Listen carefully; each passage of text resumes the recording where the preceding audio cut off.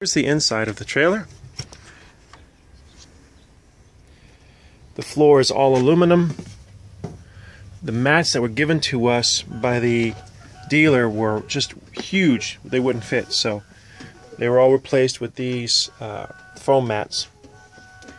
There's a space on the side where we store the rug and mop broom.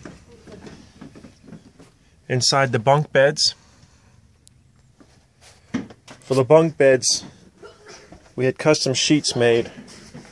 They're actually fitted like a giant pillowcase over the foam mattress, and we replaced the original foam mattress with actually 3 inches of memory foam, so it's a lot more comfortable now.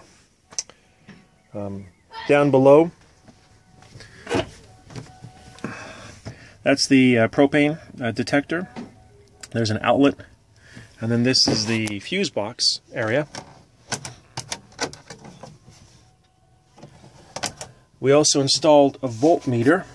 You can see it's actually charging up, and that's because it's daytime and we have solar panels on the roof. This is marked not a storage compartment.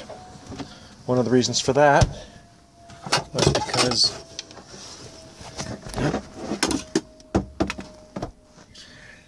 this is where they put all the plumbing and such. They just kind of put it in here and filled the entire compartment up. And it just seemed, why would you not use this as a storage compartment? So we had all the things moved over to the side, put a shelf in here. This is actually the only piece of wood in the whole trailer.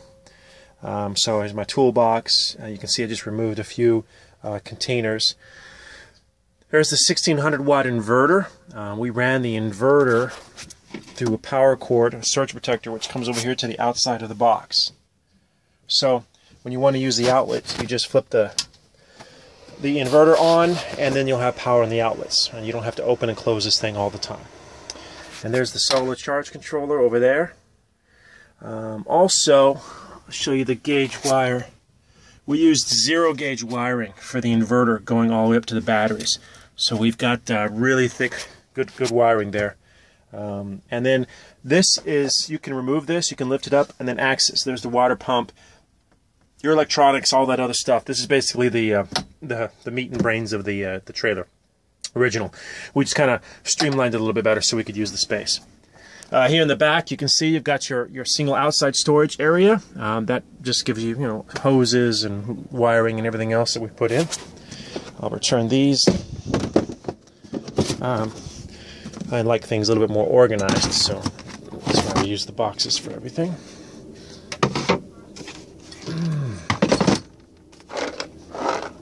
Okay.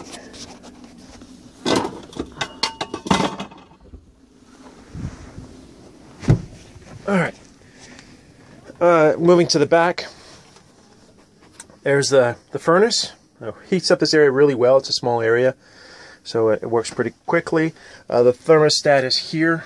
The lever is a little stiff. I thought that was unusual, but the guy at the factory had said, or the service place says that's typical, so it doesn't come on. So it's just off or on. This is just for the heat. For air conditioning, again, you've got a wall-mounted unit up high. It works really well as well because, again, this cools off really quickly. I guess there's not a great volume of air, but it's got a digital display. This will only run when you're hooked into the shore power. I thought as a gag I'd run it off to the inverter. Inverter has the 1600 watts, which is enough to get it going, but once the compressor kicks on, the inverter complains and beeps at me. So maybe for the large inverter, though I really think you'd run very long. Anyway, overhead storage bins. All this stuff is just false wood. There isn't any wood on this whole trailer. It's all aluminum, except for the one piece that we installed. Here is the original outlet, 12 volt. That's the antenna connection right there. We added a mirror, another mirror there, a couple of hooks to hold some stuff. All the lights now on the interior cabin are all LED. I went with the LED because they use 1/8 of the electricity. We replaced them all except for the one in the bathroom. We didn't get around to replacing that light. So anyway, the bathroom is a wet bath.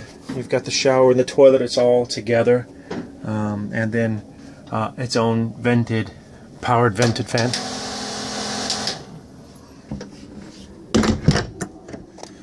Here is the hot water heater, and there's just the master light control. We mounted a fire extinguisher down on the bottom, and because these are really thin, we put in an aluminum plate. So here we're looking down underneath. You can kind of see the aluminum plate back there. But anyway, there's your lower storage area. The upper storage area, we added a water filtration system, so all the water that goes to the sink is filtered. Again, you see we put the plate and bracketed it right onto the aluminum support. Up here, I had a 12-volt socket added here, and then you can see the work was done here for this plate. So we mounted a television. This is a 12-volt TV DVD player combination. It's actually 12-volt first. You can go to AC if you wanted, but anyway, put the actuating arm on, and then felt that this was the best place for the television because you could move it out and watch it from pretty much anywhere else in the cabin. See, so it made more sense. Even though there was convenient power on this side, it didn't make sense to put it over here because it was too hard to get to. You couldn't really sit comfortably and watch. Down here underneath, these are all storage. So there's your hot water heater. These mats also are, they talk about being reversible. If you come back from the beach or something, you can turn them over and you have the vinyl part on the bottom. Same thing all around here. The window trims, I had a lot of people say how much they really like the windows in this from other RVs. I'll show you what I mean. So you can release, you release the screen and it rolls up. You can adjust the height of this. The windows open up and they click and latch. And they're actually double paned as well, so it's fairly insulated. You can slide that up. See, and it grabs the... Anyway, it's just a clever use. One of the last things we did is we put in... There's no real privacy. I can't really get out of the shower without flashing everybody in the cabin. So I built the this rail. It's just like you'd get at a an emergency room or something, and put some breakaway privacy curtains. Anyway, so that privacy curtain pulls out all the way, goes all the way around here, and you can have that. There's your radio, and we just mounted the paper towels. Regular sink, 2-burner stove. Looks great. Refrigerator, typical AC, DC, propane refrigerator. The aluminum floor, I'm going to miss the aluminum floor. Kids came in wet, and it's kind of nice when this thing can get soaking wet, and it's not a big deal. The whole thing, like so the frame, the walls, the floor, it's all aluminum. And I think that's about it. We just put a little privacy thing up for here, the sleeve that blocks out the light. Also put one on the door here. My wife likes to have it dark. We sometimes travel late at night and have a late start in the morning. Now there's your speakers for the radio. You can also, one of the other reasons I put the television here is you can run an auxiliary, come over into the auxiliary of the radio, and then have your speakers putting out the sound from the television. Oh, and the table, I just store the table here so it gives you more room. It's just a simple thing, and obviously this becomes the bed. You can see the brackets right there, all along there. So that supports this, and then of course that becomes extra, and these two and those two become the bed. We actually travel with an extra queen-size memory foam, and just roll it up with a couple of bungee cords, keep it wrapped, and put it on there. It's a lot more comfortable. My wife sleeps really well. So that's the inside.